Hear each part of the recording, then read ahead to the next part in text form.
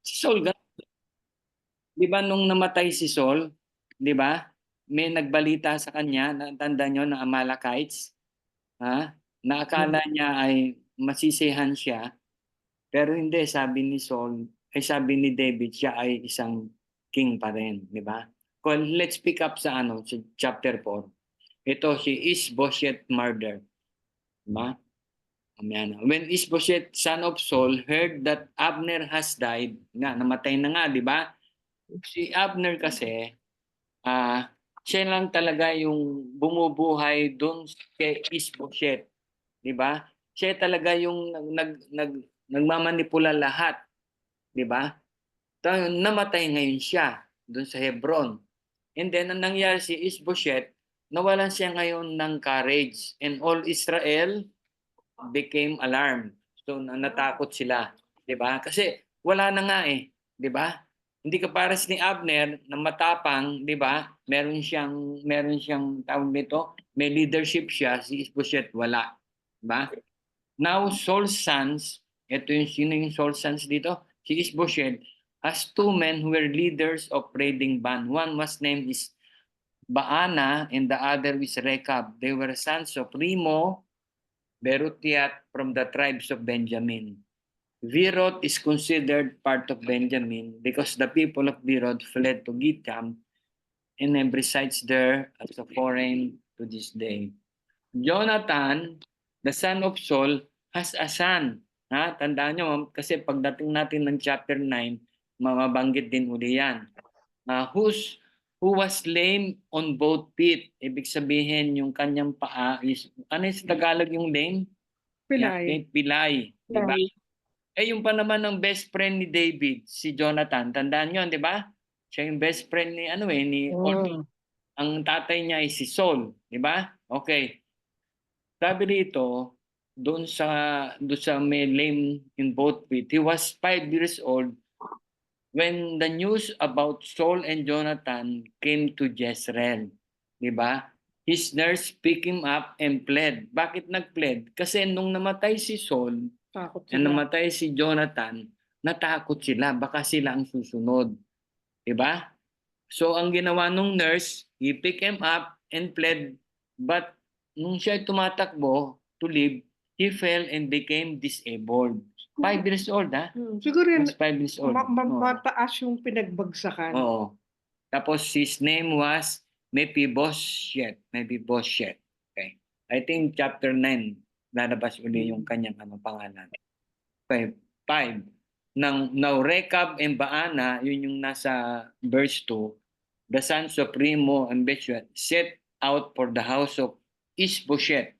As they arrived there in the heat of the day, while he was taking his noonday rest, ang tawag doon?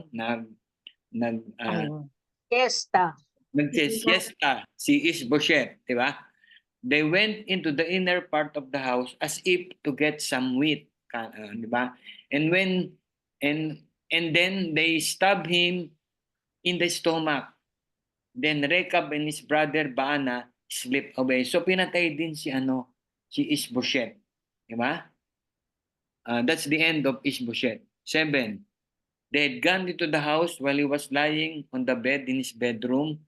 After they stabbed and killed him, they cut off his head, pinutol pa yung ulo, taking it with them. They traveled all night by way of Araba. They brought the head of Ishbosheth to David. Bakit dadalhin? What's the purpose?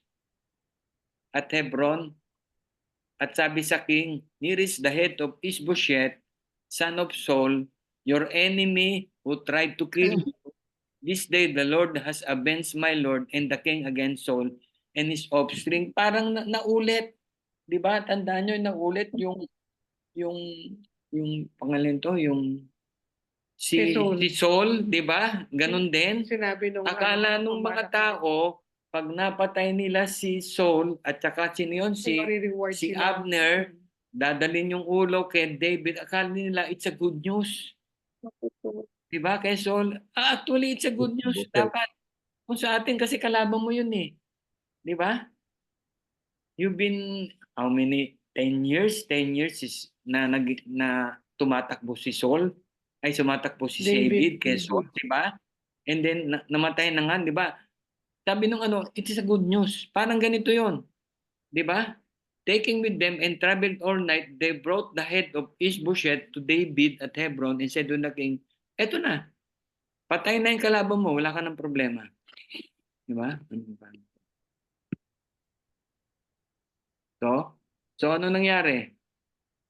9. David answered Rechab and his brother Banaa, the son of Remo, the Beerothites, as surely as the Lord lives, who has delivered me out of every trouble, when someone told me, Saul is dead, inulit niya, and though he was bringing good news, I seized him and put him to death in Siklag. Pinatay niya yung nagbigay ng ng news na yun. Yung Diba? pumatay kay Yung Ishbosheth. pumatay kay Ishbosheth. That was the reward I gave him for his news. Pinatay niya. How much more when wicked men have killed an innocent man in his own house, on his own bed, should a night no demand his blood from... Bakit sinabi niyang innocent man si Ishbosheth? Bakit sinabi bakit sinabi ni David yun? Wala naman siyang kinalaman sa Yeah. ano ni Saul eh. Oo, yeah. Ang namumuno talaga doon is si Abner. si Abner. Abner. Diba? Wala. So, kaya nga, how much more, sabi niya, when wicked men, sila, yung dalawa, you have killed an innocent man. Si kasi si si Ishbosheth, ang naiwan sa kanya ito nga si Rechab at saka si Baana. Ano yan mga bandits. Hindi kasi siya makakuha ng mga loyal men sa kanya. So yung parang mga niya mga bandits dun sa kung saan galing itong dalawang to, 'di ba? And kung ano yun nabasa natin, 'di ba, yung they stabbed him while he was sleeping, 'di ba, yung makikita mo na si Ishbosheth hindi walang midday siesta before noon sa wala ka nakita, 'di ba, sa Bible na midday siesta. Ibig sabihin sa kabusugan siguro. Masyado siyang slothful, wala siyang isipin mo siya yung king pero wala siyang gwardiya na nakapasok yung dalawa na walang nagsabi na andito yung pumasok, 'di ba?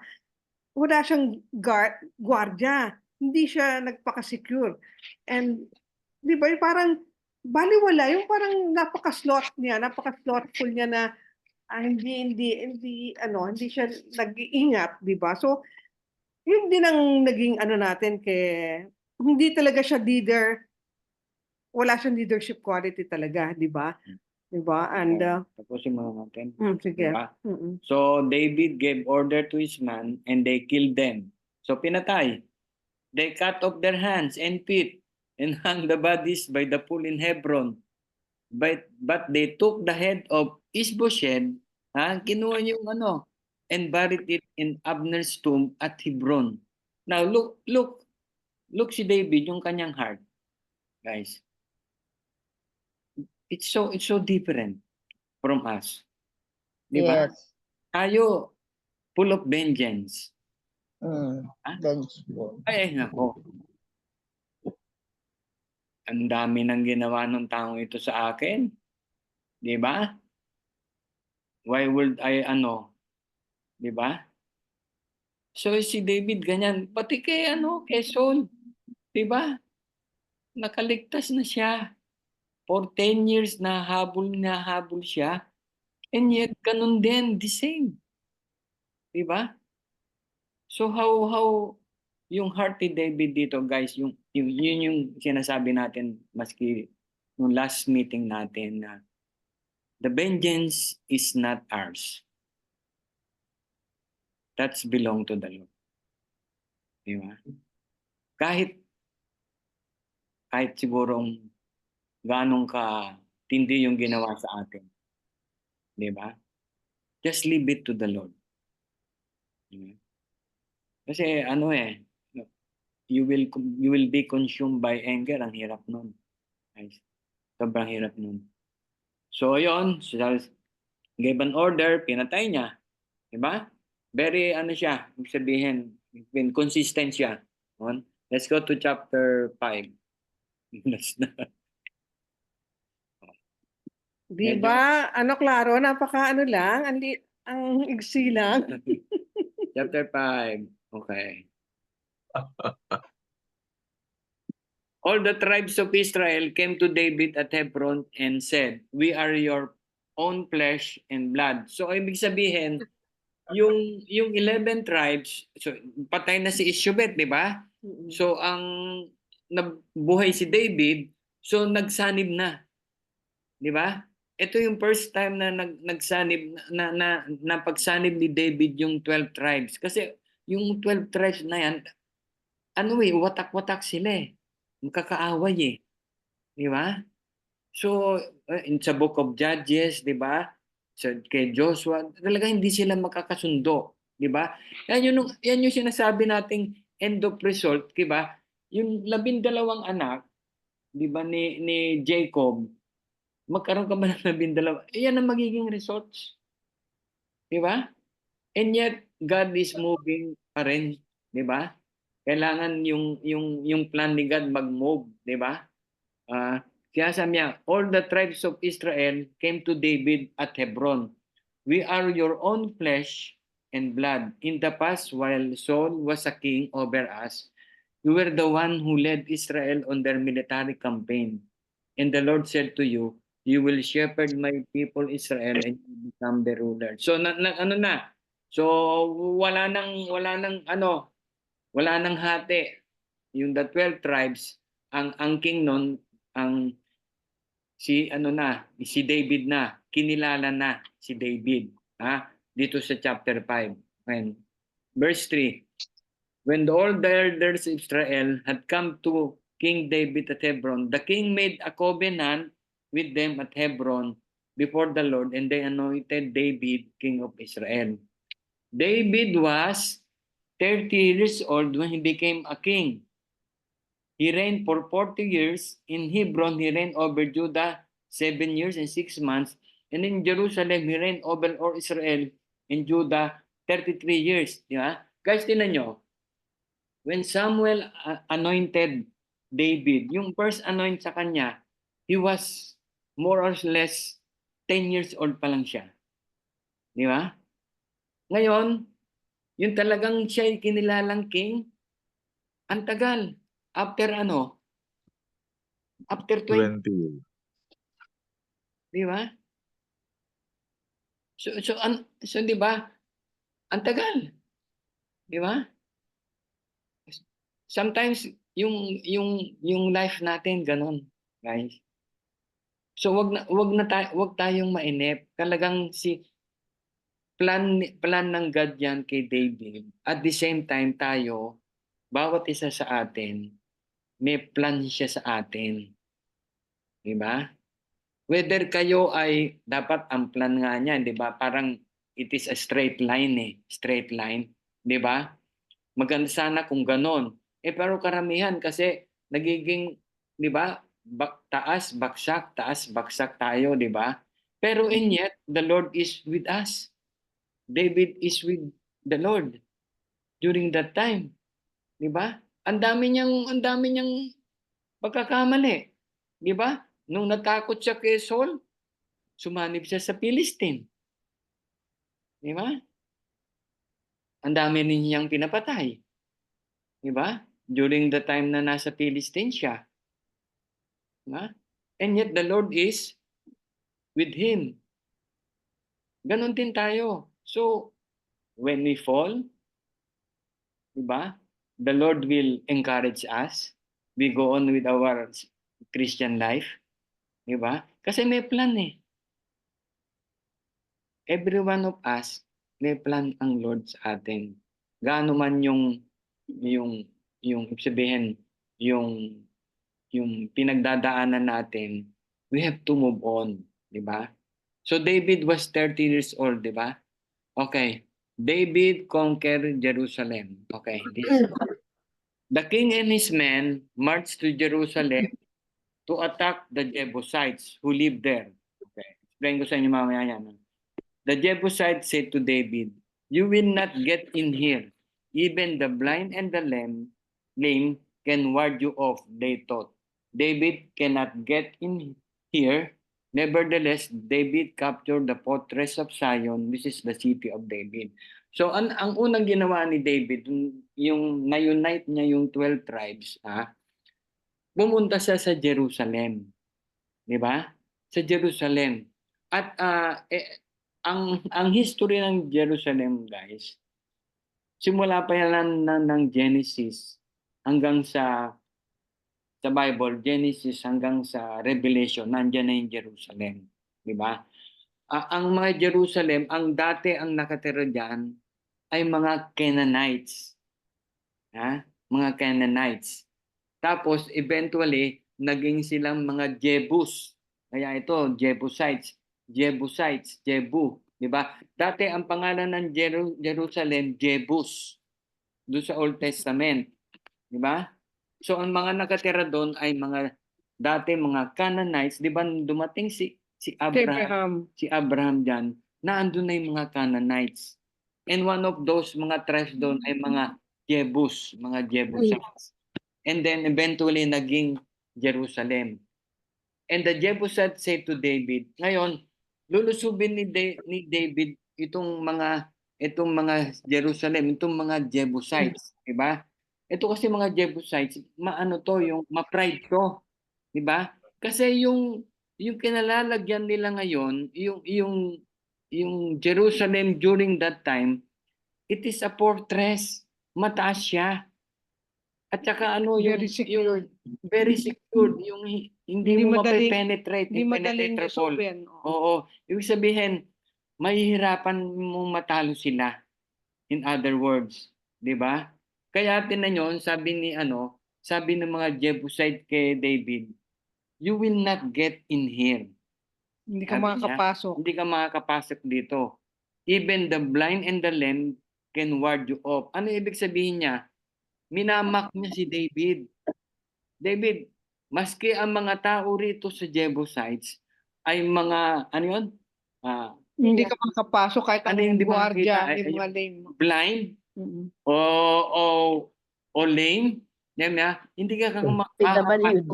Oo, sila lang ang haharang sa inyo. Yun lang ang So he's mocking David. Di ba? Because of the fortress. Yung talagang very secured yung place na yun.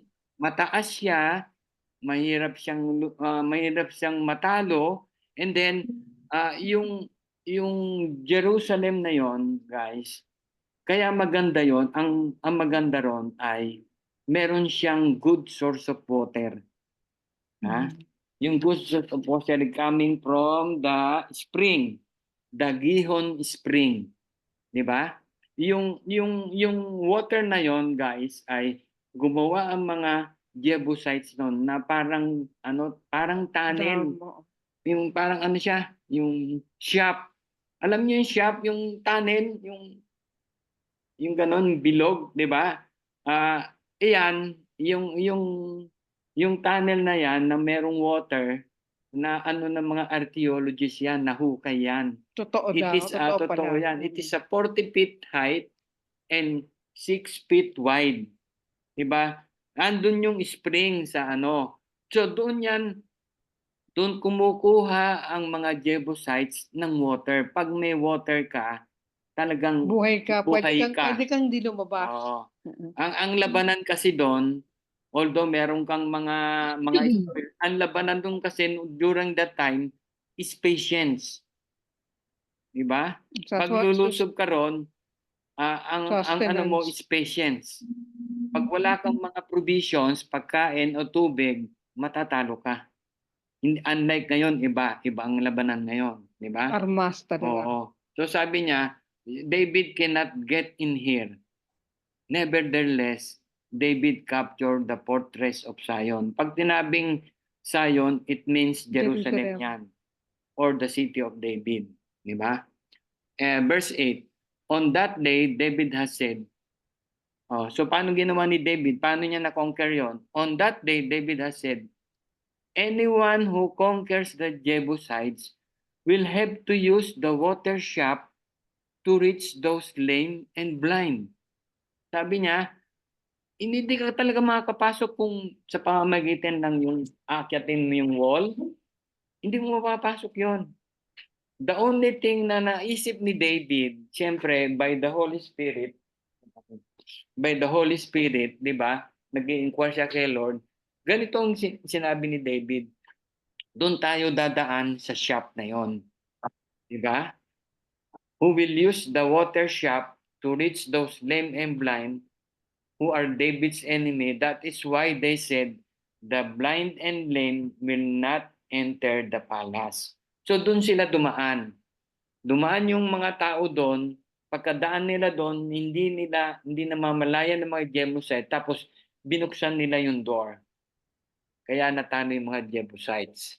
Diba? So si David is tactician siya, di ba? At saka he inquired for the Lord. Na? So doon natalo doon natalo ang mga Jebusites, di ba? 9. Then David took residence in the fortress and called it the city of David.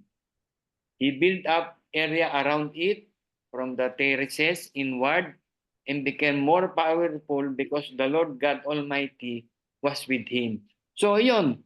So yun ang nangyari. So na-conquer niya yung Jerusalem, di ba?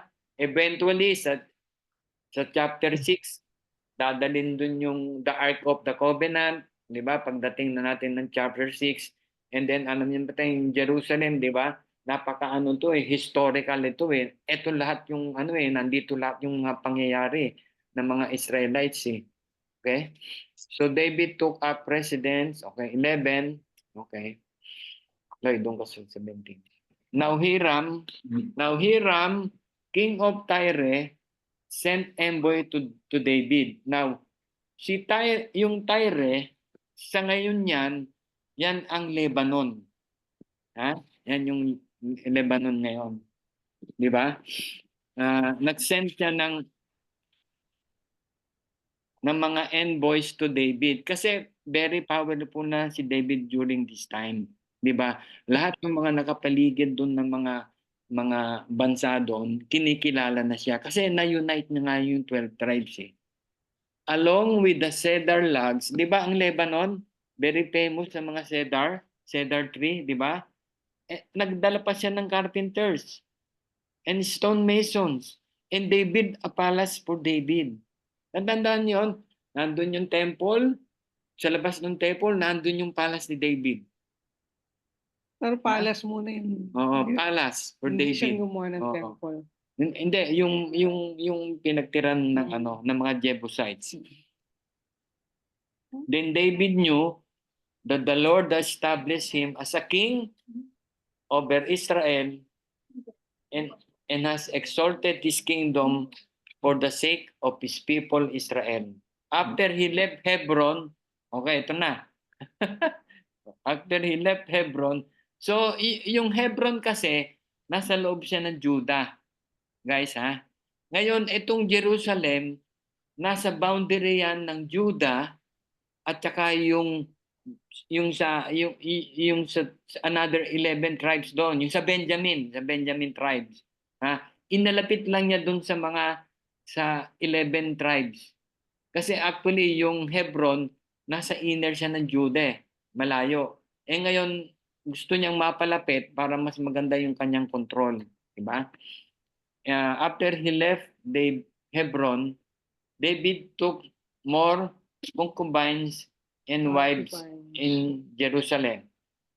And more sons and daughters were born to him. And these are the names of the children born to him. They're Shammua, Shobab, Nathan, then Solomon. Di ba? Solomon, si yan, di ba? Yung ang nanay niya, di ba? Ibhar, Elishu, Nemeg. Ang dami. Guys. This is the result yung This is actually the result of David's making a covenant with the other country.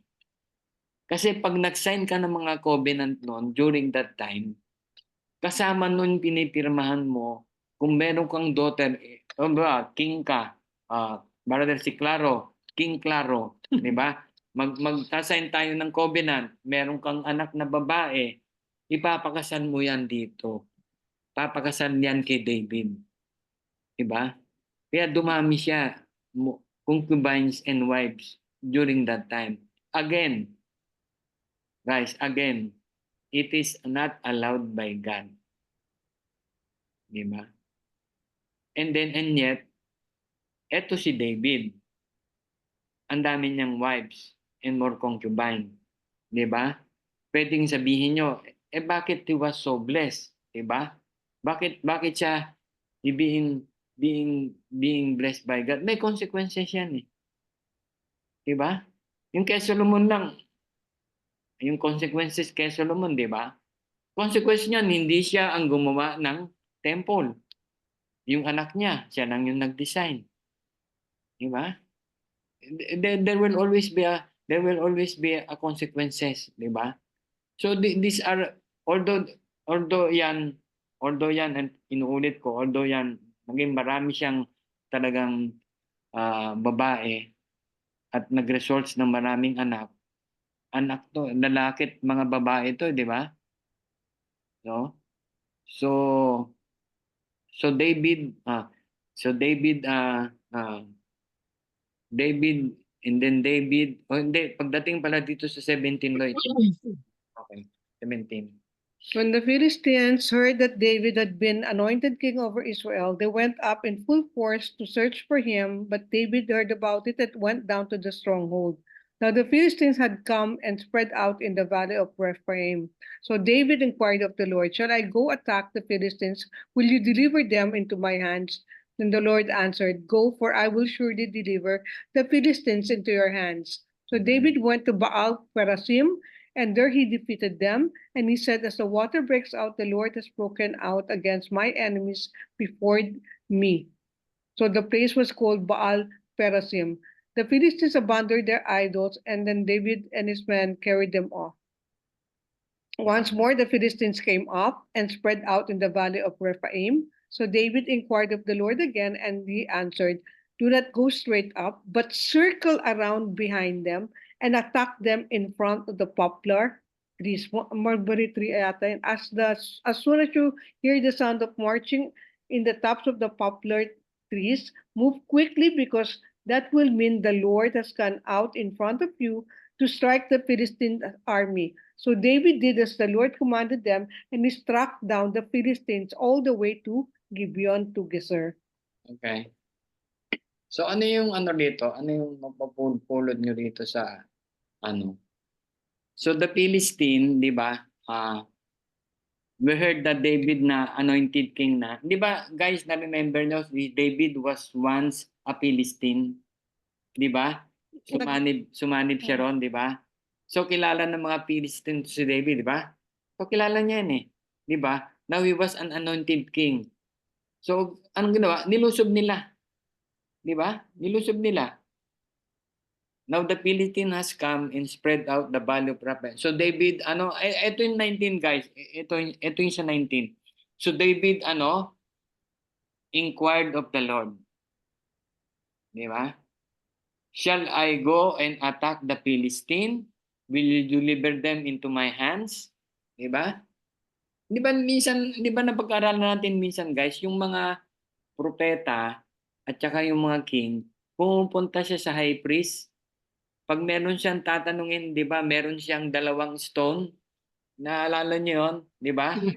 Pag bumunot ng isa, halimbawa, kulay black, it means yes.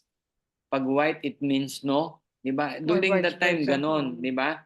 Ito si David, ito, nag-inquire siya sa Lord. Sabi niya, tinanong niya, shall I go and attack the Philistine? Will you deliver me into my hands? Will you deliver them into my hands? Now, guys, ano natin yan sa panahon natin? Ngayon, sa panahon natin, How will you, halimbawa, meron kayong decision na gagawin sa buhay natin, a major decision in life. How will you inquire the Lord? Parang si David, shall I go and attack the Philistine? Lord, papaano ba? How will I solve this problem? Diba? Will you deliver me? Will you deliver Will them? you deliver me from the hands of my enemy? Diba? Paano nyo gagawin yan sa ngayon? Sa ngayon. Sa ngayon, you fully trust the Lord po. Kailangan. And pakikita niya kung humble ka naman. Firstly, kailangan with humility when you ask the Lord for favor. Although we are favored and blessed by the Lord, pero siyempre si God, ano yan relational God. Meron tayong relational God. Gusto niya, dependent talaga tayo sa Kanya. Ganun ka-specific po si David. Yun lang po. Yeah. Halimbawa, we have to be more specific. Halimbawa, you are praying for something. How will you inquire? Saan kayo pupunta? Guys, saan kayo pupunta? Sa Kanya pa rin. Kay Kanya Lord. pa rin sa Bible, 'di ba? Kasi may Bible tayo, 'di ba? Wala na tayong stones, 'di ba? Wala na tayong ganun, 'di ba? So and then we are ang Holy Spirit ay nasa atin, 'di ba? 'Di ba? So, Opo. 'di ba? Yun eh. Wala na tayong stones, 'di ba? Yun lang isa ano. And then from the messages sa mga pastor, from the messages na naririnig natin, and then from our brethren dito sa mga kasama natin, then that's how the way it goes dito sa ating time, 'di ba? Parang you will have to inquire, 'di ba? You will have to inquire sa Lord yung bawat decision natin. Hindi kasi Yes. the Lord answered them, "Go, for I will surely deliver the Philistine into your hands," 'di ba? So bakit pa kailangan ni David na mag-inquire sa Lord, 'di ba? Kasi nga si David kasi once naging Philistine siya, naging sumalib kasi siya dati ron, 'di ba? So kailangan nakita niya yung strength ng Philistine. 5:1 ang strength niyan eh. Maliit lang ang mga Israelites doon. Ang Konti Philistine, lang. ang dami, 5 tribes, 5 king nga yung ano eh, napag-aralan natin, 'di ba? 5 king yung Philistine, 'di ba? Meron ngang ano doon na parang numbers like dust in the sand, sabi doon, 'di ba? So ang dami nila. Ha? Hindi ito yung ano na labanan lang ng mga tribes, labanan talaga ito ng Philistine at saka Israelites, di ba? So David went to Baal-Meon and there defeated them. So natalo niya, as the water breaks out, the Lord has broken out against my enemy for me. So that place was called Paresan, the Philistine abandoned. So ang Philistine, tinan nyo, may mga idol sila, inabandon nila, and David and his men carried them off. Ituloy, explain mo to. Yung metrics. And once more? Oh. Once more, the Philistines came up and spread out in the valley of Rephaim. Bumalik na sila, di ba? So, ang sinabi, yung pa rin si David, Lord, anong gagawin ko rito? Nag-inquire pa rin siya. Kumbaga, di ba tayo, pinag-pray na natin, should I go after the Philistines? At sinabi ni God, sige go. Eto, Philistines na naman, pwede mo sabihin, pinag-pray ko na to. Hindi eh. Another situation to. No, yung dito makikita mo yung spiritual condition ni David eh. Prayerful siya rito. Diba? And any inaano niya, Lord, anong gagawin ko? Diba? Yun si David during this time, no? And at yung binibigay, ang nakakatuwa rito, binibigay pa rin ni God yung signal. Diba? Yung signal na, ito, sige, you will, yung second time, diba? Yung God, sinabi niya, huwag ka munang umatake, di ba? Pero, pag encircle mo yung mga Philistines and wait for my angels, di ba? Parang, to confuse them. Di ba yung parang ano yung magkakaroon, ano to, yung magkakaroon ng sound of marching of the troops of the poplar trees, di ba? Moving quickly, that will mean the Lord has gone in front of you to strike the enemy. Kinonfuse sila eh. Akala siguro ang dami-dami nila, ganyan. Palaging ganun, ano? Ang God, lagi niyang, meron siyang ganyang, di ba yung kapares mong, ano ba yun? Yeah, laging pino-confuse niya, di ba? Akala nila ang daming tao. Yung ba? Yung pala hindi. Di ba? David succeeded kasi he acted in obedience. Di ba talaga sinunod niya, wait, he prayed to the Lord, wait muna. Tapos, go, puntahan muna. Di ba? Yung, nire-reveal dito yung blessing natin na fully realize yan kapag yung faith natin nagpo-produce ng fruit of obedience. Kapag nag-o-obey ka, talaga i-bless ka talaga ng Panginoon. So dito nakita natin na talagang na-defeat na naman nila yung Philistines, 'di ba? And God was always faithful to keep his promises, 'di ba? Sinabi niya, you will defeat the Philistines, go, 'di ba? Napaka-faithful ni God sa promises niya. Yung blessings are proof na if you keep his word, i-bless ka niya talaga. So yun guys, yan yung ating topic 4 and 5 na. Now, as you will see, yung as pinag-aaral natin yung life ni David, meron tayong nakikitang ups and downs sa kanya, di ba? May maganda siya nagagawa, and yet meron din siyang, di ba? Parang kapares yan, nagkaroon siya ng maraming wives, saka concubines, di ba? Hindi tinatago ng Bible yun eh. It's not, di ba sabi naman sa New Testament, there is none righteous, so there is none. Di ba? Kasi sino ang gagamitin ng Lord dito sa earth? There is none righteous eh. Di ba? So gagamitin pa rin tayo. Di ba? Basta may yung if we are with the Lord, di ba? We have a relationship with him, di ba? There are times in our life that we are down. We disobey him. Di ba? Big time. Actually, big time. Ito, big time yung ginawa ni David dito eh, di ba? Di ba? And yet, tinan mo, si David, he inquired to the Lord. Di ba?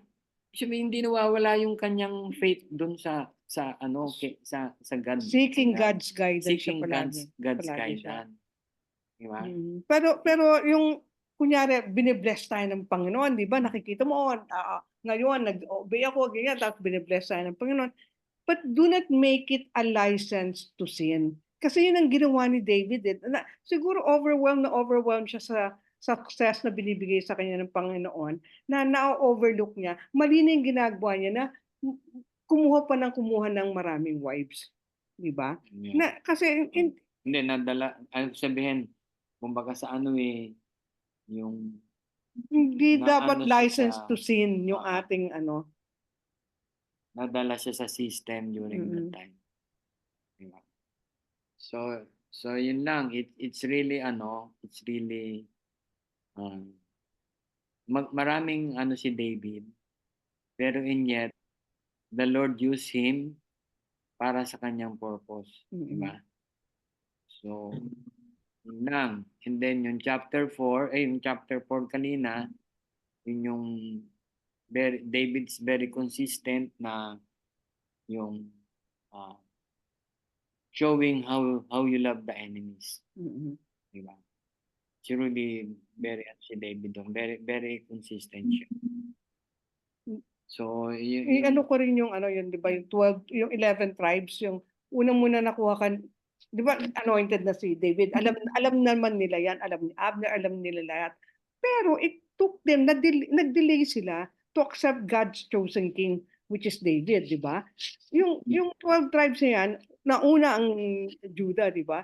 Nag-wait sila until the last, yung namamatay si Aishopobet nga, mamatay yung last descendant ni Saul, yung son pala, son. Ang last descendant si Mephibosheth eh. Yung itong action nilang yan, na-delay din ang blessing ni God sa kanila, di ba?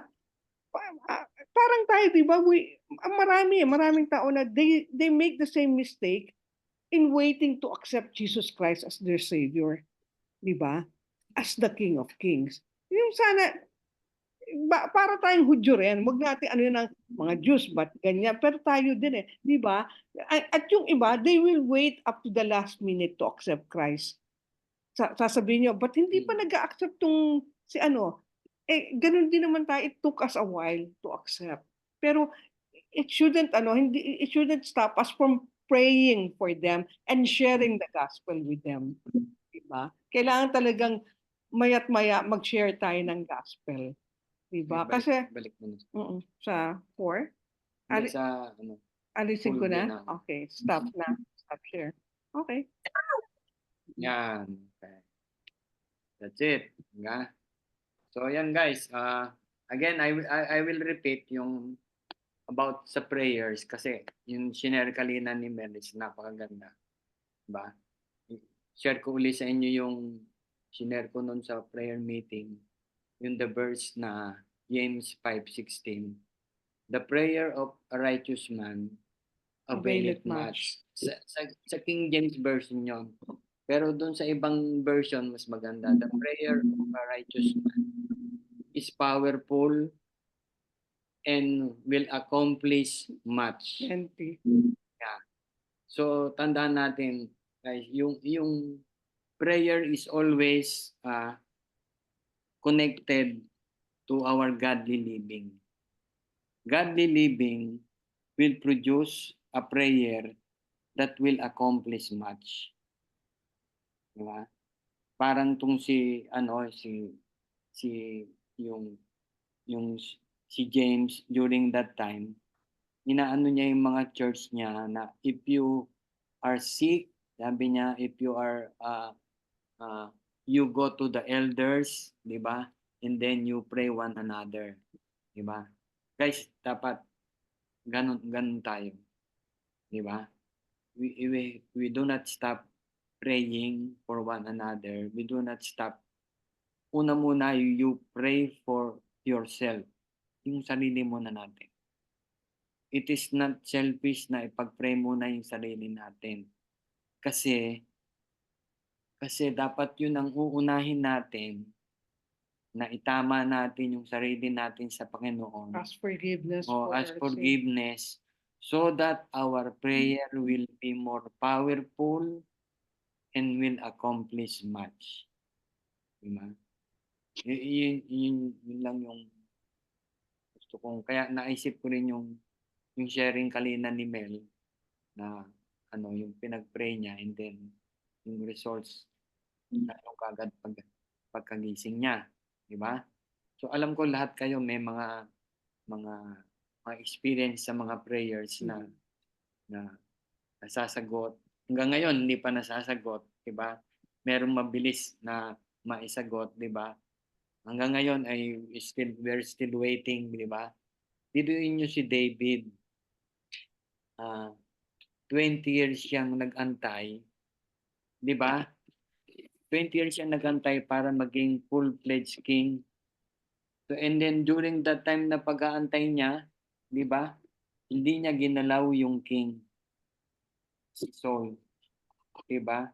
He just ran. Diba? Kahit hinahabol. Kahit hinahabol siya, he just ran. Kasi anointed siya ni God. Di ba? So ganun siguro dapat we are so yung heart din natin is ganun. Habang tayo ay nag-aantay ng kasagutan sa kanya, we have to live a godly life. Diba? We do not compromise kasi minsan sa tindi ng pangangailangan mo, 'di ba? Yung you,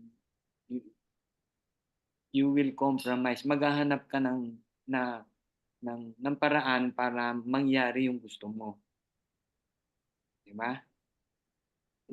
So instead you go into prayers, 'di ba? And wait for him, 'di ba? Until such time dadating yon, guys. Parang si David dumating, 'di ba? Ayaw nga niyang ano ayaw nga niyang may time siya na pwedeng, 'di ba?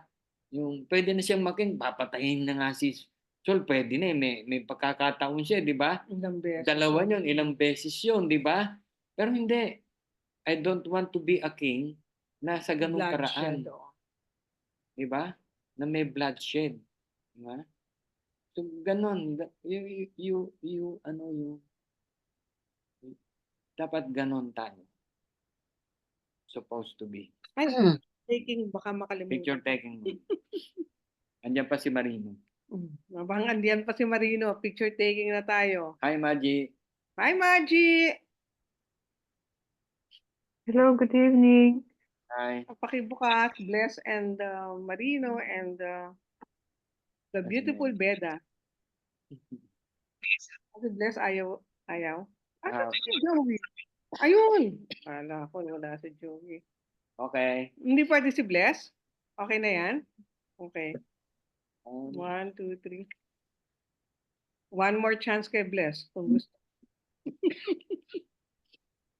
Okay. 1, 2, 3. Ay, teka muna. Nag-aayos si Tess. Okay. 1, 2, 3. Okay. Okay, guys. Yun. O, anong take ninyo? Take ninyo. Take 1. Maraming take. Maraming lesson. Si Joey na ba yung 6 and 7? Yeah. Klaro muna. Nag-back out eh. Nag-back Nag-back out. Kamukha nung... 6 and 7, madali lang naman 6-7. Wala naman siyang masyadong.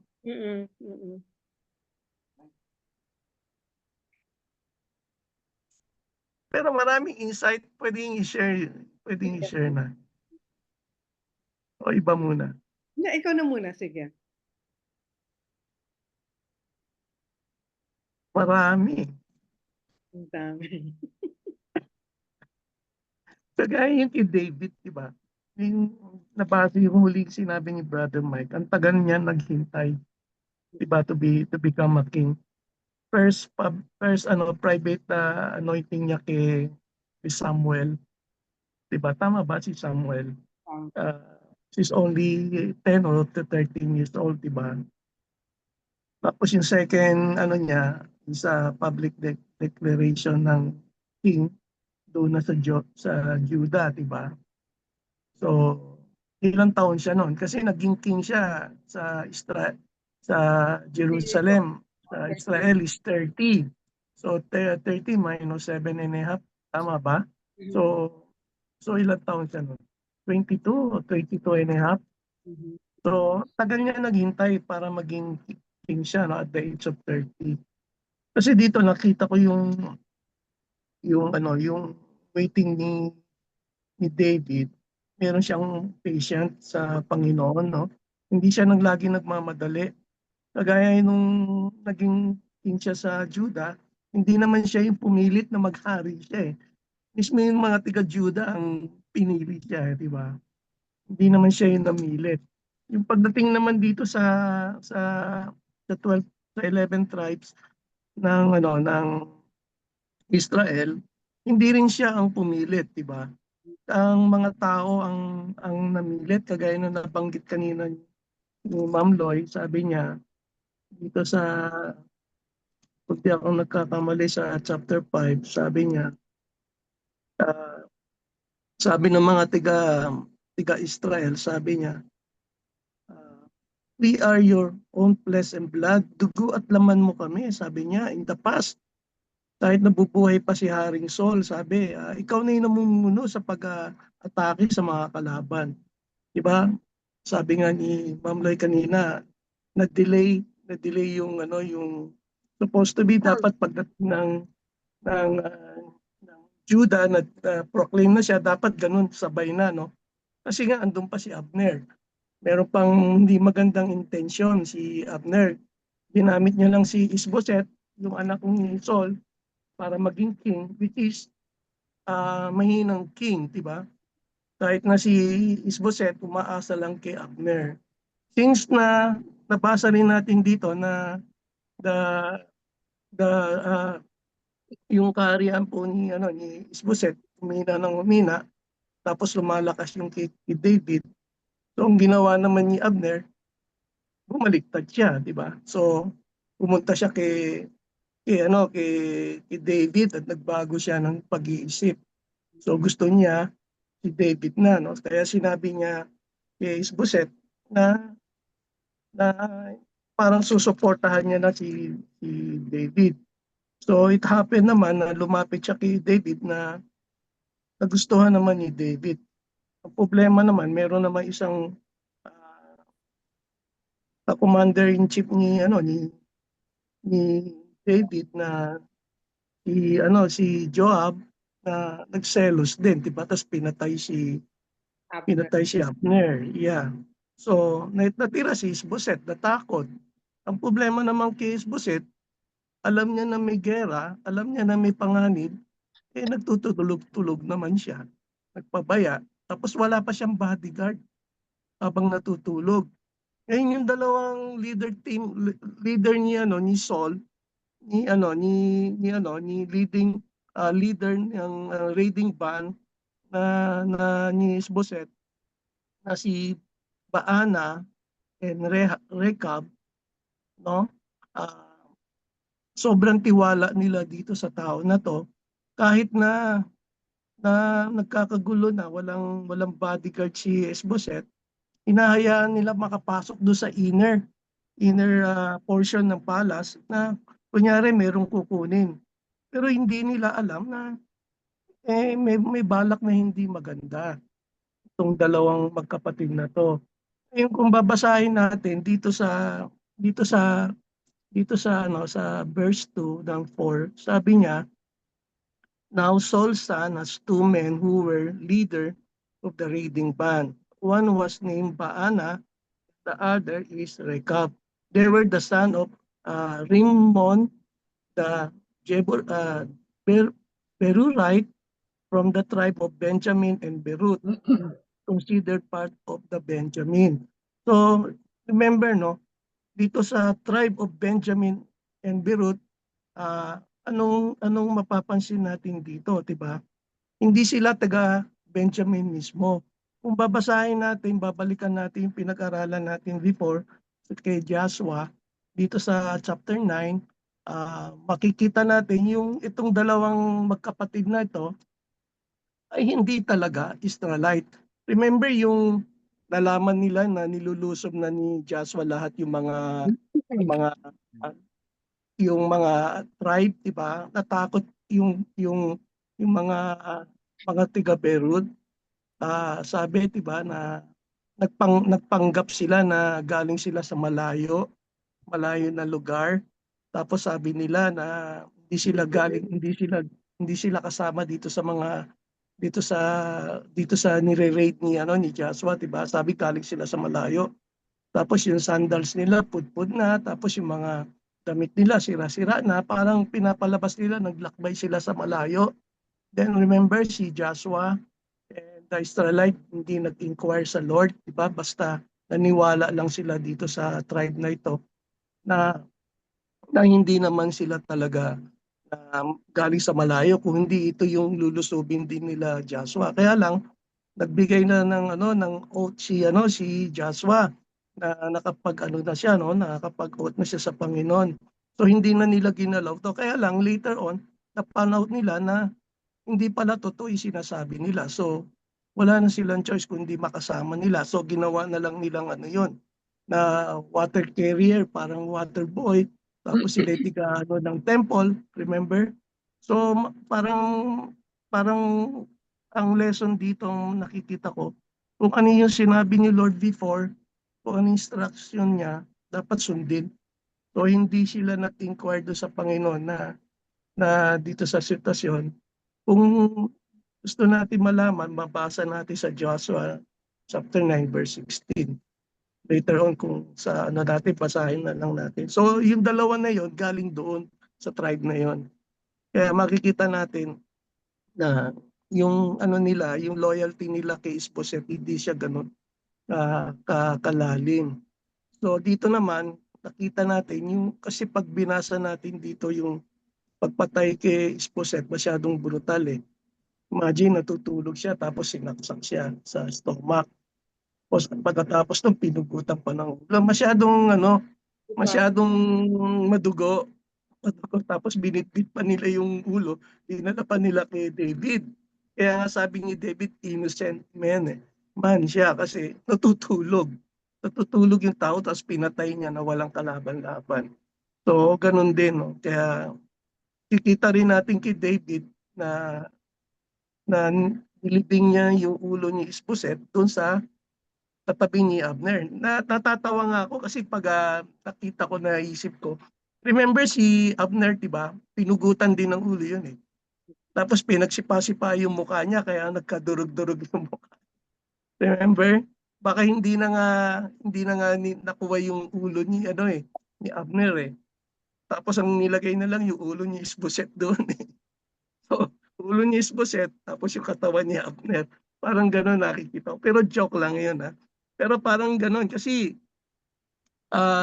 doon din nilibing sa libingan ni Abner si Isboset, di ba?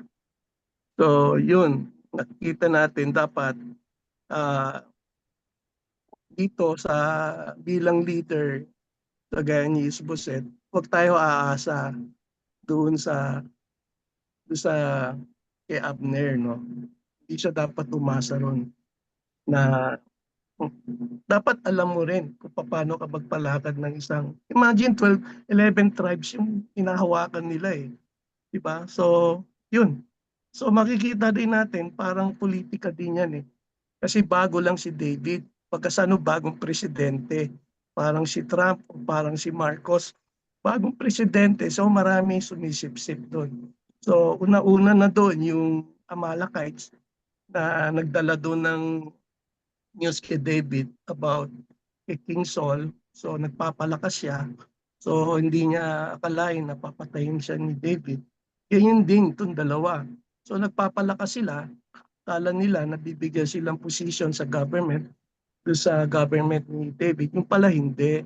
So papatayin din pala sila. So tragic din yung pagpatay ni David para sa kanila. Imagine pinutol yung dalawang paa at pinutol yung dalawang kamay, no? At binitin sila doon sa ano ni David sa territory niya para ipakita. So kung makikita natin dito mula nung binabasa natin to Judges hanggang ngayon, talagang tragic, sobrang pagpatay. Halos ganun na lang ang nangyayari. So minsan napapaisip ako, Lord, bakit ganun? Sobra-sobra ang lalim ng pag-atake. Kaya dito minsan nung Monday na share ko dito sa mga employee, ganun din no, kagaya nung ang unang panahon, nagka-conquer na sila ng mga country no para lumakas yung bansa nila. Parang tayo rin dito. Kagaya ng Philippines, ilang beses na rin tayo na-conquer ng mga ibang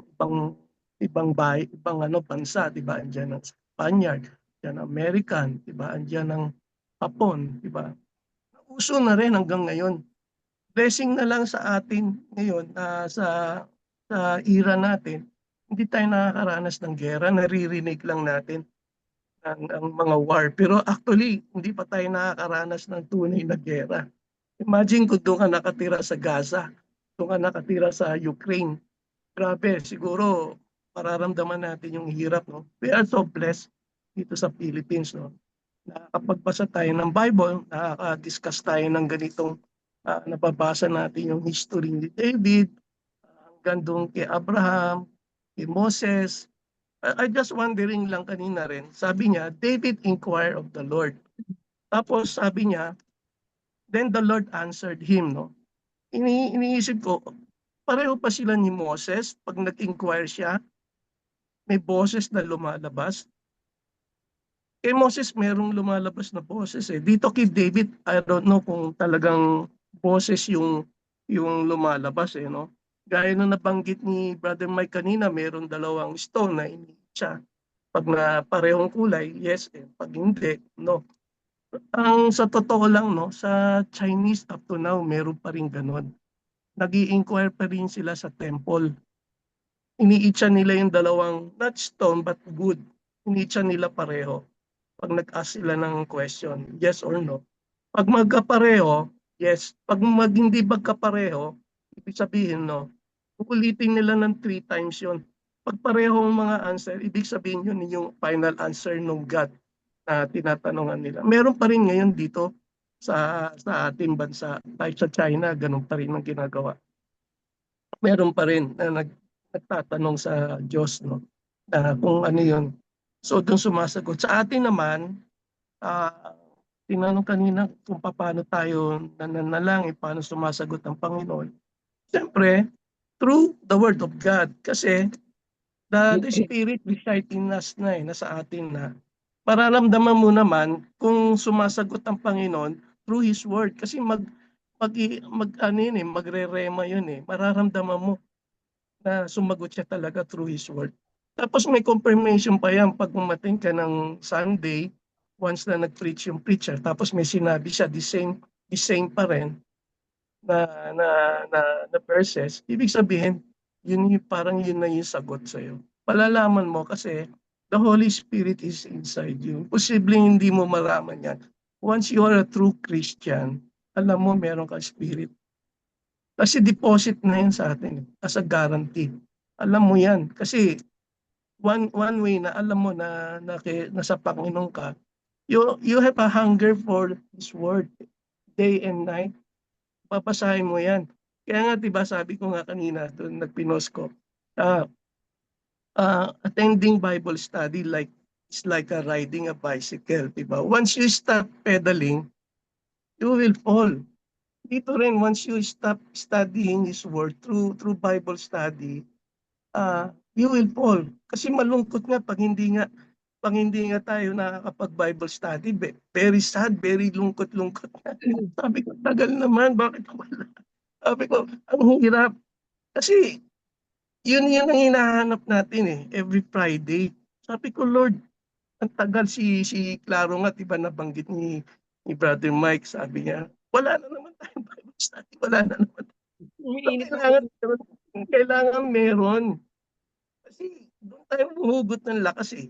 Lahat naman tayo may pinagdadaanan. So pag binabasa natin to at ano natin yung buhay ni David, buhay ni Abner, buhay ni Isboset, lumalakas yung loob natin, di ba? Nakakapulot tayo. Iba kasi yung pag ikaw lang yung nagbasa, hindi yung marami. Kaya yung mga paliwanag ni Brother Mike, maganda at naiintindihan natin itong Bible. No? Kagaya ni David, mahilig siya sa babae. Polygamous eh. Kaya nagtataka nga ako, pag may gera, nag-i-inquire siya sa Lord. Pag may babae, hindi siya nag-i-inquire eh.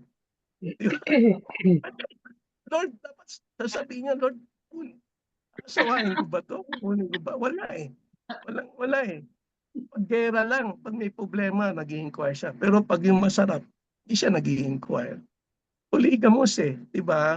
So ano hatol ngayon? Like father, like son. Like father, like son. Kaya si Solomon, mana niya yung attitude ni David eh. Kaya ang dami niya. Hinigitan pa niya yung tatay niya eh. Kaya yun, nagka-problema.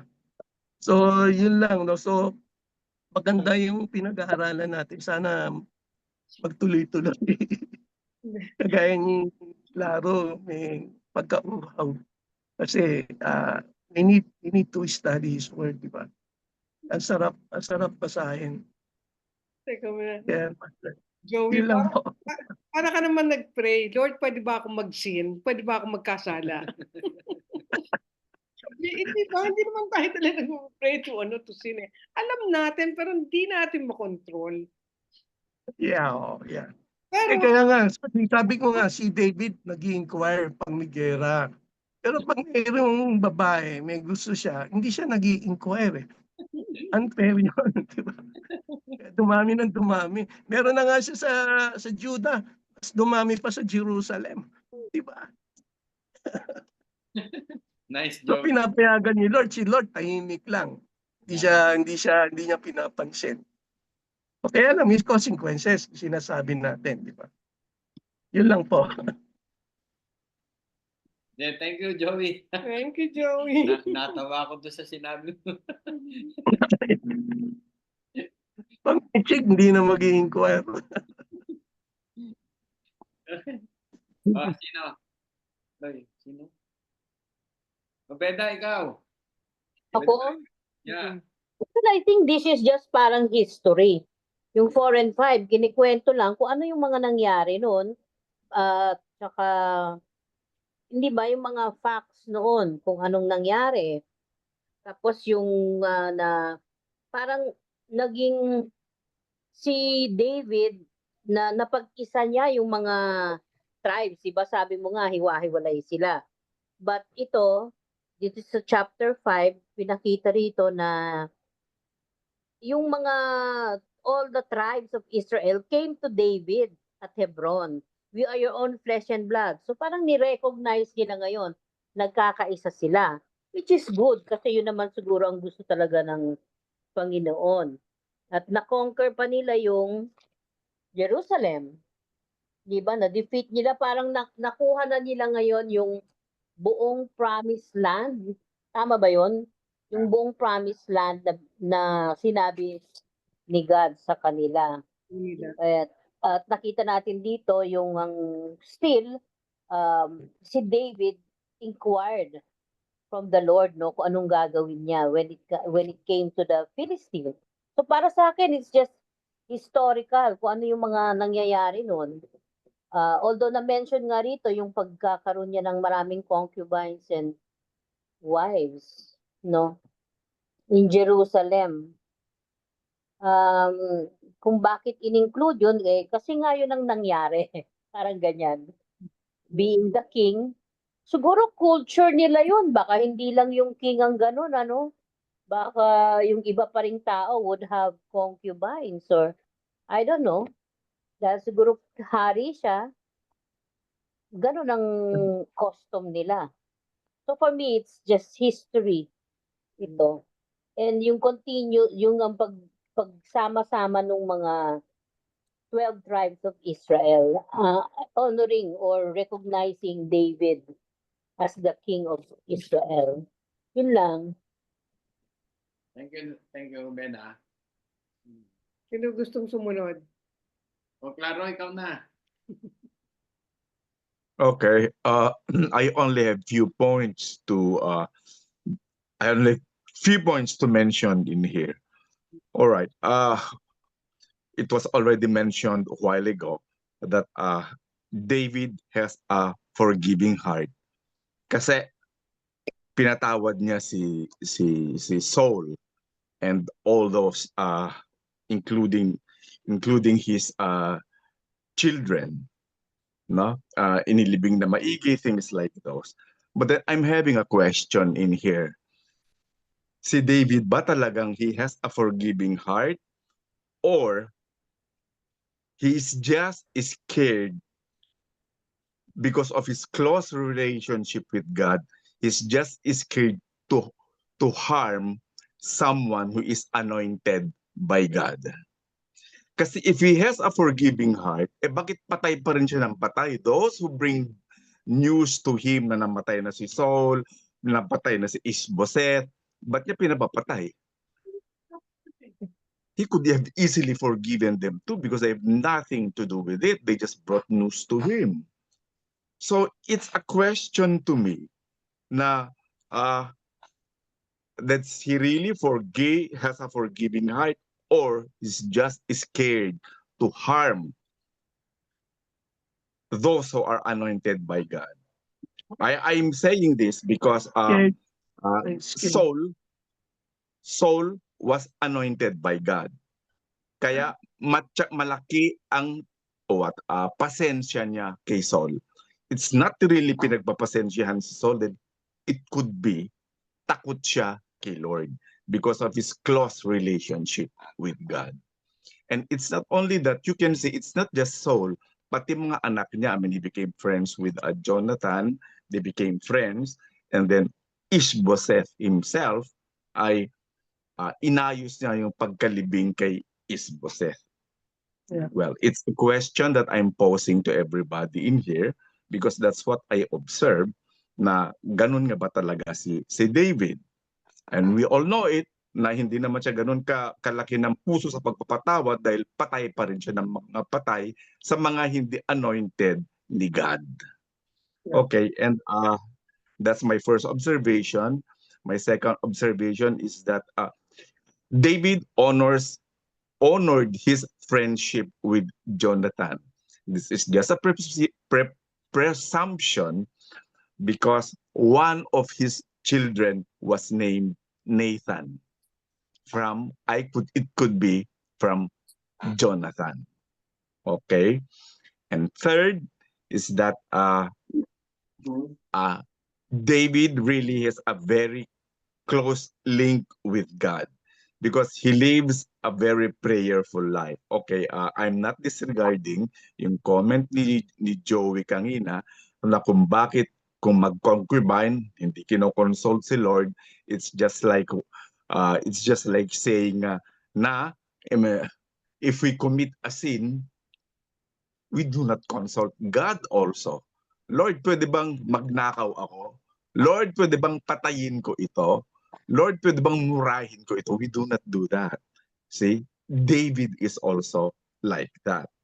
Na ang link niya kay Lord ay through his it's more of on his the way he rules the kingdom, or the way he military tactics. And I really marveled on the relationship of God and David. Kasi pag may tinanong si David, wow, napakadetalye ng sagot ni Lord. Imagine attacking from the back, things like that. Sige, gawin mo at ako nang bahala. Wow, it's really something to marvel. No? I'm not really marveling on David, but I really marvel on God. How Brother he took Claro, care of David. excuse Yeah? me. Pag sumagot ba si Lord, audible voice, talagang ano? I would say it was not mentioned in here. Oo nga, yeah, oo. Then Yeah. in a way, what you were saying a while ago is that yung dalawang stones na yun, yung Urim at Tumim, okay? It could be that, well, Doon. Urim and Tumim always say yes or no. I know what you said about that. I have a very close Chinese friend. Kaya alam ko yung ibinabato-bato na ganun. Para, yes. I know that. But then the point in here is Urim and Tumim can only say yes or no. But with David, it could be audible it's audible ang sagot ni Lord. Kasi how can he say na dito kayo mag-attack, dito kayo dadaan? Urim and Tumim cannot answer that. Therefore, again, I think na audible ang sagot ni Lord sa kay David. All right, now Maybe that's in his going back. mind pa. Pwede sa Well, isip niya lang. Sa trance. It could O be. It could be, praying, but the point in here is God answered his prayers. Whether audible or isip man lang niya, kasi you know what, even isip, kung ano natin, parang narinig mo na rin yun. I mean, that's my experience also. All right, so but you can only have that if you have a prayerful life. And again, in support of this, that David has a prayerful life, is that he's got an extra patience. It was already mentioned a while ago. Even patience in waiting for his going to be king of the entire Israel. Hindi niya ipinilit.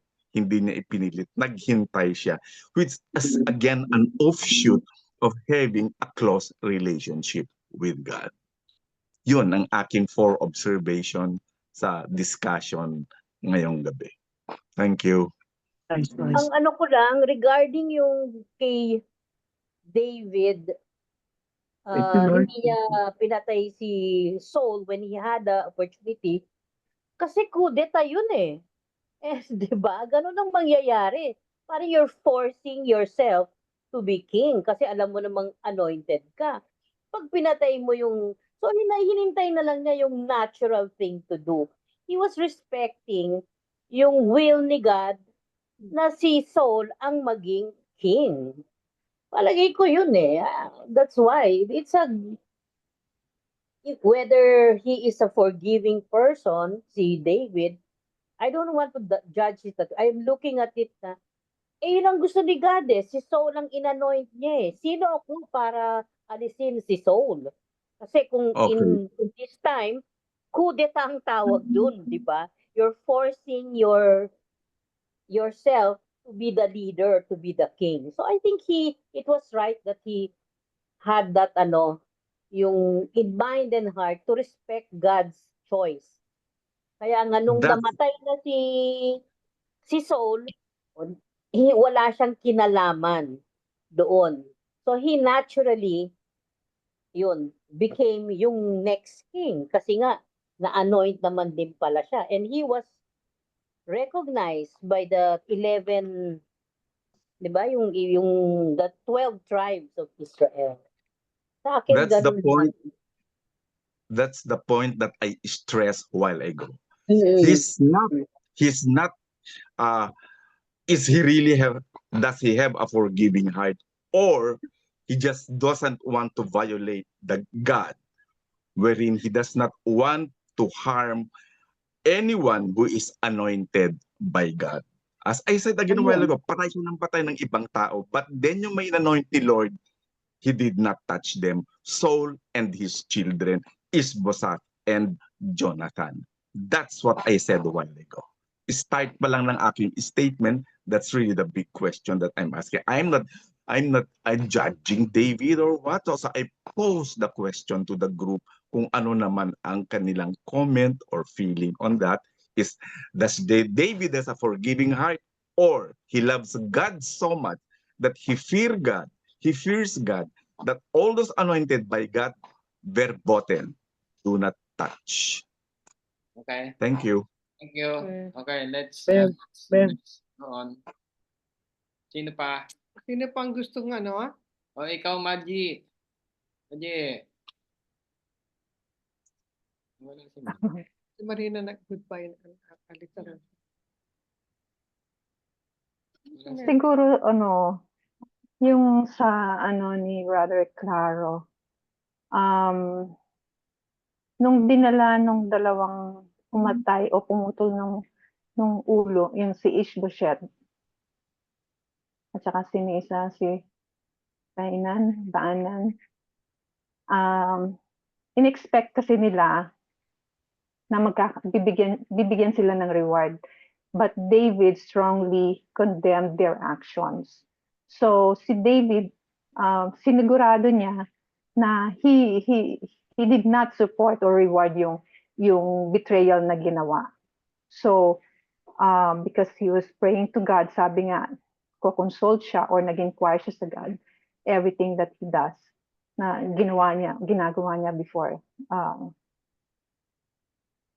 nagpo-pray siya, he executed Bena and yung the other one for the crime.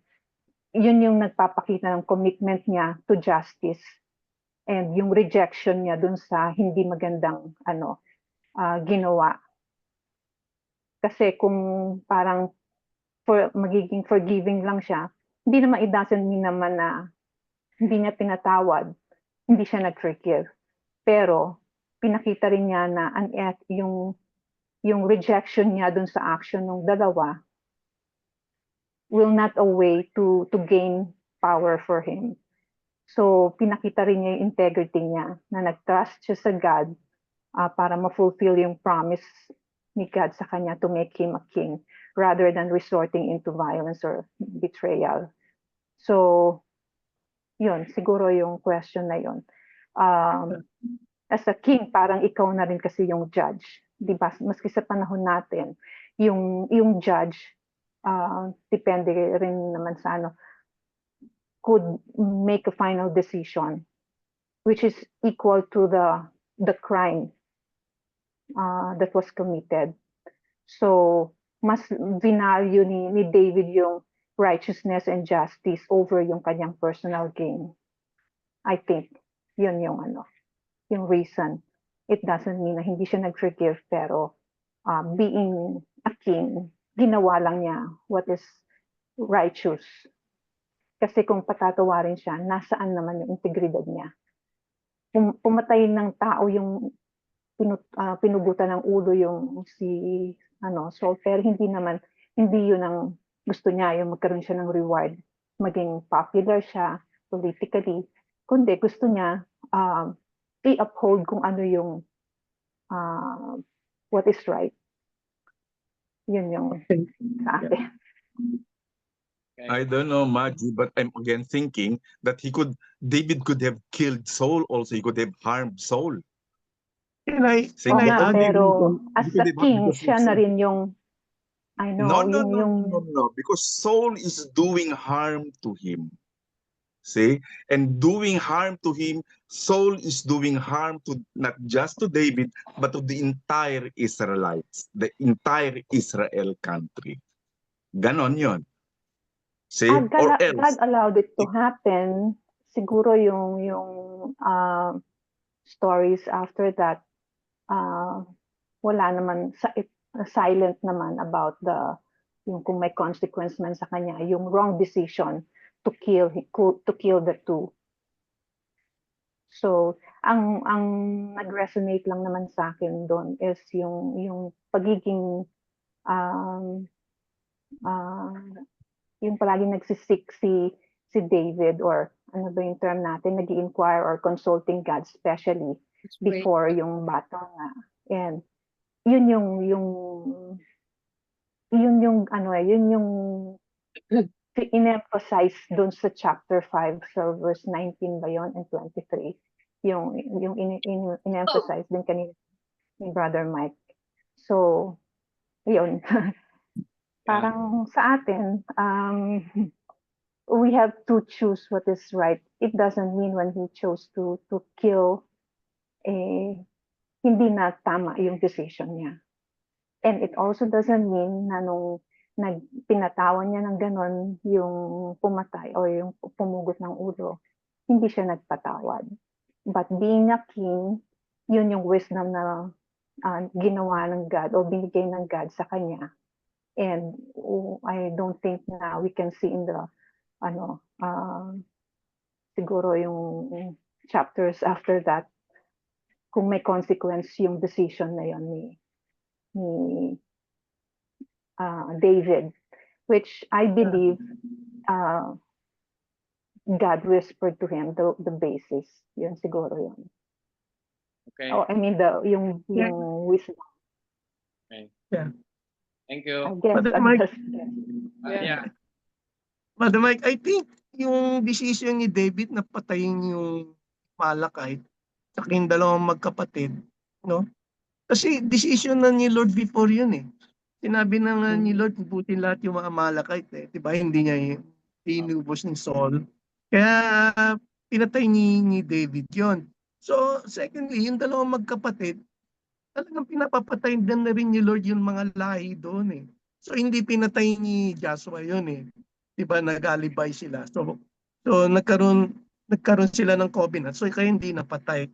So kaya ito ngayon, pinatay din ngayon ni David yung dalawa dahil pinapapatay din ni Lord noon yun eh. Kung hindi sila nagkaroon ng covenant ni Joshua sa Joshua chapter 9. Kung babasahin natin ulit doon. Okay. So talagang pinapaubos na ni Lord yung lahi na yun. So hindi na inubos yung Benjamin. Yung lahi ni the tribe of Benjamin, Berut. So nahalo lang sila. Pero actually hindi sila mga Israelite. Nahalo lang sila ron. Sige. Yun. And then I will will see muna. Okay. Pagsalitain muna natin, diba? Okay, Mel, ikaw. Oo. Nandami ko na narinig. Hindi, yung sa akin lang po ayoko na dun sa stick story, mahaba-haba yun. Nakikita ko lang po dun yung sinasabi ni God talaga na I am the Lord and when it's time, it will make it happen. So, yun po yung kanyang mga prophecy. So, kailangan mangyari po lahat yan dahil may nakatakda talaga si Lord na dapat mangyari at hindi. So, dun po ako nagano kay God na kailangan talaga mangyari lahat eh. So, may mga lesson din po doon sa mga karakter ng bawat isa. May mga matututunan din po tayo about like kay King David po, di ba, kung paano rin po siya. Sabi mo nga po Kuya Mike, di ba, hindi po inaalaw ni God mag-asawa siya ng 4 or ganon. Pero may mga consequences po, di ba? Hindi kino-condemn, pero may mga consequences. Lahat po ng desisyon natin, may consequences po talaga. Pero yun sa akin po yung nangyari dun kay King David po na yun nga, yung consequences na nagkagulo, ni-rape nung kapatid niya yung half-sister niya. So, yun po yung isa sa akin na hindi kasi mapanghusga si God eh. So, lahat ng desisyon natin gagawin, isipin talaga natin na meron siyang kapalit. So, pero hindi po ganun kadali yun kasi minsan nadadala tayo ng pansamantalang nasisilaw tayo dun sa kaligayahan na yun, kaya nakakapag-desisyon tayo na mabilisan. Pero yun nga, later on, doon mo marirealize, ito pala yung desisyon ko na naging resulta. So, hindi talaga natin pwedeng sisihin si God kasi binigyan na tayo niya ng freedom eh. Hinatag niya na lahat, pati salita niya, lahat ng guidance niya. Kaya wala tayong, kahit katiting, hindi natin siya pwedeng sisihin at magtanong eh. Kasi binigay niya na sa atin lahat. Pero yun pa rin po talaga, meron pa rin talaga si Lord na para sa lahat, meron talaga siyang binibigay na will niya, yung gusto niya talaga eh. At mangyayari po talaga yun. So, magulo man yung mga story, pero nasa kanya po lahat ang sagot niyan eh. Kailangan mangyari. At the same time, sa pangyayari po na yun, may mga natututunan din po tayo para naman sa panahon ngayon, meron tayong gabay na makapag-ingat. So, yun po yung nakikita ko lang. So, yun po. Kasi pag ko, ang haba eh. So, yun po. Nakaano po kay God na talagang pag meron talaga siyang plano, kailangan mangyari. Matagal man siya o maigsi, mangyayari at mangyari pa rin po yung kagustuhan niya. Kumpara doon sa kagustuhan natin. So, yun po. Yun lang, yung prophecy po niya. Dapat talaga may lesson learned, diba? So, Opo. mga nakasulat sa Bible, di ba? It's either descriptive. Yung sinabi ni Veda, dinidescribe talaga actually. Pero hindi sinabing prescriptive. Hindi ibig sabihin, gayahin mo. Hindi nakasulat dyan ay gagayahin mo. Diba? Yung laging naano ni Pastor Peter, descriptive and prescriptive. Diba? So, Pati Brother Mike, pagputol ng paa, pagputol ng kamay, pagputol ng ulo. Yeah, dinidescribe lang ng writer. Di ba? The writer is describing kung ano yung nangyari. Di ba? Pero hindi niya... Which is true, di ba? This is true. Pero you prescribe, gayahin mo, hindi naman sinasabi. Hindi ka pare sa mga New Testament, ang daming na you have to do this, sabi ni Jesus, you have to do this, ganyan, di ba? Imagine, Brother Mike, niisip ko yung dalawang magkapatid. Siguro katakot-takot na makakaawa doon kay David. Hihingi ng tawad yun, may bigyan sila ng Sabi na, putulin mo yung paa niyan, putulin mo yung kamay niyan. Sige. Who is that? Maricel, are you still here? Pauwi na siya, Michael. Pauwi na. Okay. O si Larcy. Saan si Larcy? Masaya lang ako kasi sa chapter 5, king na si David. Finally. Ang daming namatay, ang daming pinagdaanan, ang daming attempt na gusto niyang patain si Saul. Pero hindi niya ginawa. Oo nga.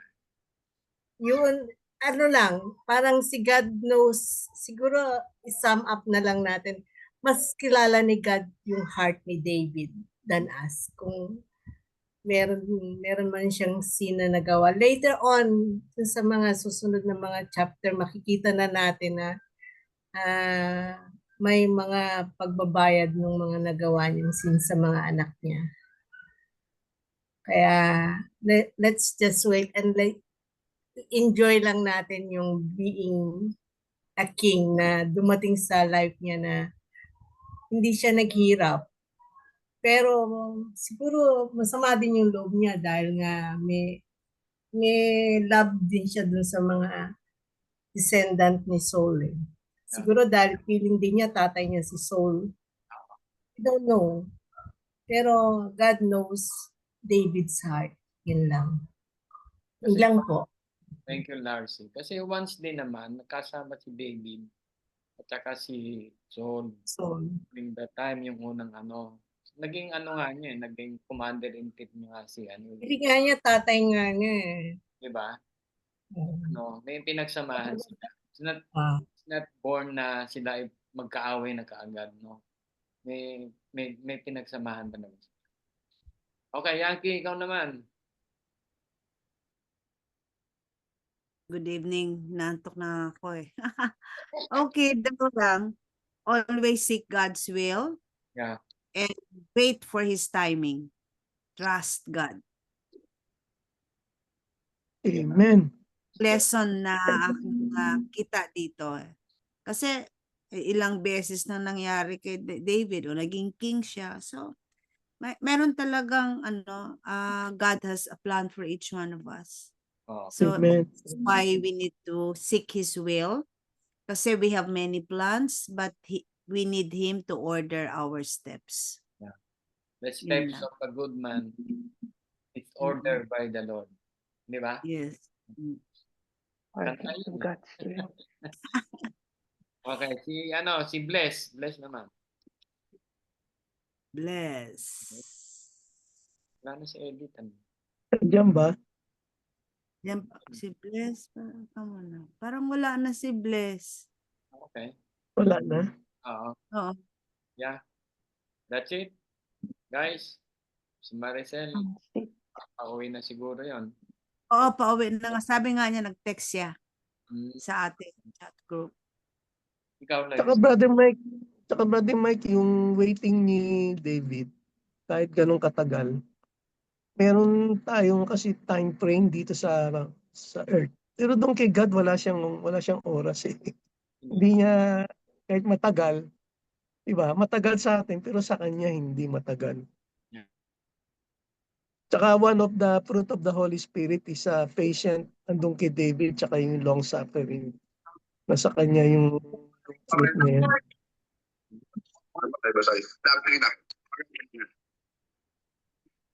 Hello.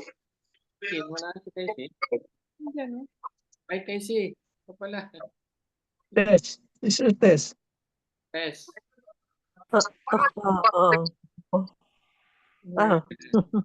Yun.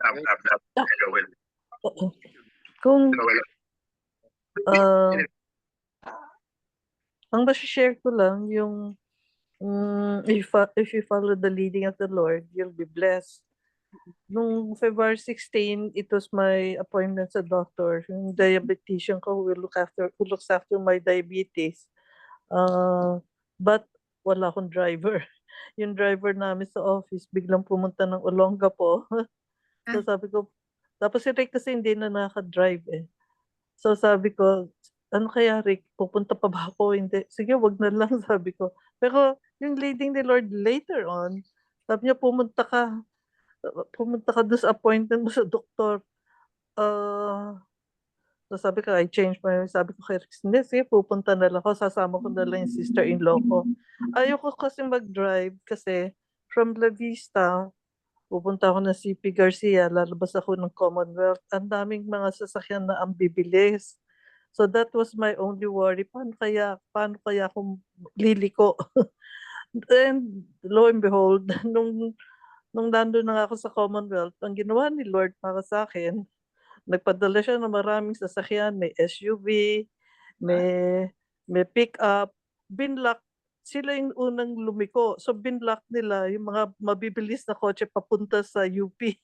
So nung nakita ko clear yung road, lumiko ako. So nakaliko ako, naka-U-turn ako papuntang yung Coconut. Ano ba yun? Yung Quezon Circle. Pilcoa. Yeah. Philcoa. Sabi ko, naku, Lord, ang bait mo talaga. I was so surprised. First time ko nakita na may nag-block. Kasi pagka akong dumadaan doon, ang bibilis talaga ng kotse. Yung matatakot ka na mababangga ka. Kung driver ang gamit ko, ganun. But it was my first time to witness na may mga sasakyan na nag-block nga nung mga sasakyan na mabibilis so that I would be able to make a right turn papuntang Commonwealth, tapos tuloy-tuloy U-turn hanggang pumunta ako ng Capitol. And then nung nakakating ako doon sa doctor's office, sabi nung secretary, ma'am, mabuti you change your mind na nagpunta kayo kasi doon sa araw na gusto niyong bumalik, wala yung doktora. Para makapagpunta, para magpakita ko sa doktor, I always have to wait 3 months . So sabi ko, Lord, I'm so blessed na nakinig ako sa leading mo na tumuloy. So natingnan ako nung doktor, maganda naman yung result nung aking check-up sa kanya, nako-control naman, under control naman yung sugar ko. And then, that was one instance na sinunod ko si Lord na na-bless ako. But there was an instance dito naman sa bahay na hindi ko sinunod si Lord, hindi kami na-bless. Kasi nung papunta ako sa high precision to bring si Rick or his blood test na 6:30 ng umaga, sabi ni Lord sa akin, gisingin mo yung anak mo, gisingin mo si Paolo para tumayo na, pupunta na sa MRT papuntang Makati. Sabi ko, Lord, sinabi naman niya gigising siya . So dinaanan ko yung kwarto niya, tuloy-tuloy ako sa labas. After 2 hours na nandun ako sa high precision, pagbalik ko, nakita ko yung anak ko nandito pa. Nagigising lang ng 8:30. Sabi ko, ba't hindi ka nagising?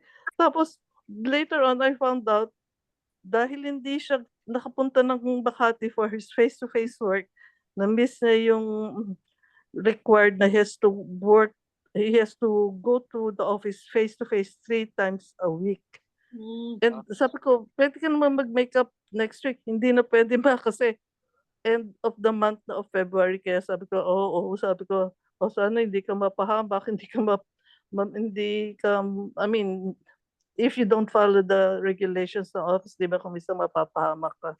So sabi niya, hindi naman, pero hindi niya na-meet yung requirement na inano ng office. Kaya sabi ko, Lord, I'm sorry. Hindi ko sinunod yung, ang lakas ng leading ni Lord, gisingin mo yung anak mo.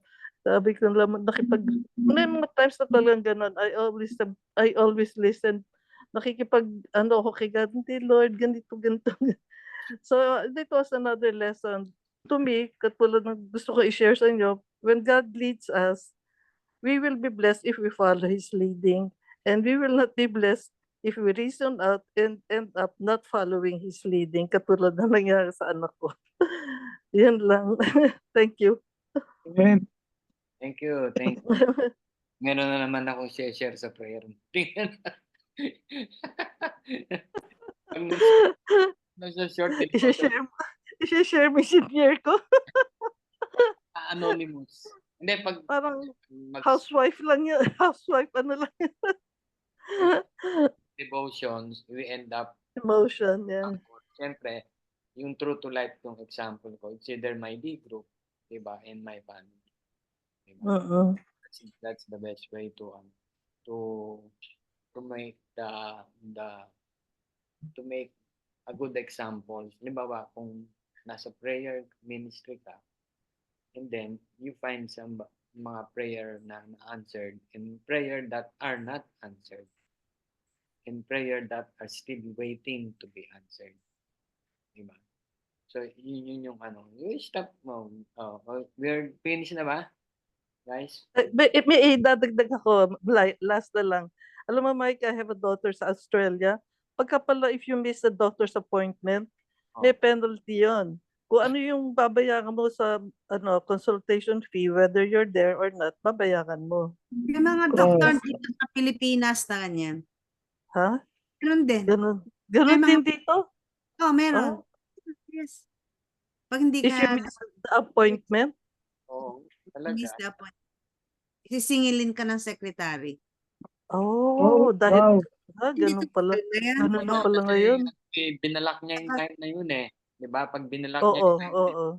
post Yeah. Supposing it's the other way round. Ha? Kung yung doktor naman ang wala, bayaran ka ba niya? Hindi. Ito nakakainis eh.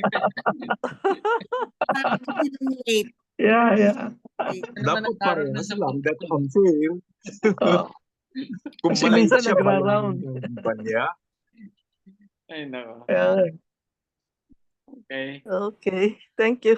Okay, thank Yun yung you. hindi pa. Thank you. Okay na, tapos na lahat. Kami sa St. Luke's, ako, di ba, I work sa St. Luke's. Kapag hindi nagpaalam ang patient within 24 hours, paid niya. Kailangan nagpaalam sa 24 hours before the appointment. yeah. Good. Batas ay batas. Do you have any, more question? Okay. So, guys, ingat lang kayo. Summer is here. It's not a joke. Stay Not a joke. hydrated. Yan. Huwag kung Oo nga. wala kayong pupuntahan, huwag muna kayong lumabas. Sobrang Brother Mike, sa Australia may cyclone eh. Totoo ba yun? May bagyo eh. baliktad Sa natin. Sa Australia. Brisbane. Hindi buong Australia. Pagka Sa January, Brisbane. summer doon. Oo, summer doon sa atin, malamig. Baliktad sa Australia. May bagyo ngayon doon eh. May bagyo, may bagyo. Okay. So again, yung mga activities natin sa church, those who are sa church is Kailan tayo mag-face to face, Mike? mag-face to face naman tayo, guys. Ay, Pagkatapos church, Face with food. with food. Yung pagkatapos talaga ng, halimbawa, attend kayo ng first